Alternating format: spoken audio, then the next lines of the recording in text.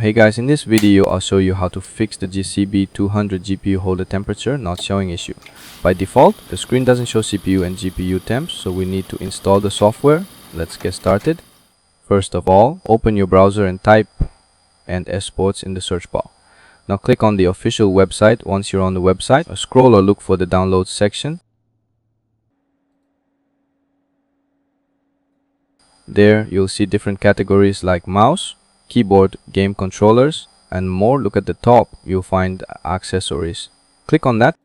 Now scroll down and you'll spot the GCB200 RGB GPU holder. Right next to it there's a download button. Just click it. That's it. It's only a small file, around 5 MB, so it should download quickly. Once the file is downloaded, open it. The setup is super simple.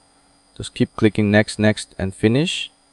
No rocket science here. Once the setup is done, it will automatically detect your hardware in the background and the program will close by itself. Now check your GPU holder display.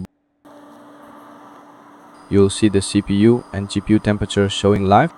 You can also double check your temperatures using Task Manager